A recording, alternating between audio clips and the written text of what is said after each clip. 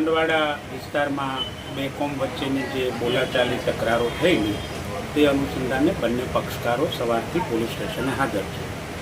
બંને પક્ષકારોને સાંભળવામાં આવેલા છે. બધાની ફરિયાદ આપી નહીં આપતી બાબતે અસમંજસ હોવાથી આ ઘટના થોડી લંબાણપૂર્વક ચાલી છે. પરંતુ સિનિયર અધિકારીશ્રીઓની મધ્યસ્થીથી બંને પક્ષકારોને ફરીથી સાંભળ્યા.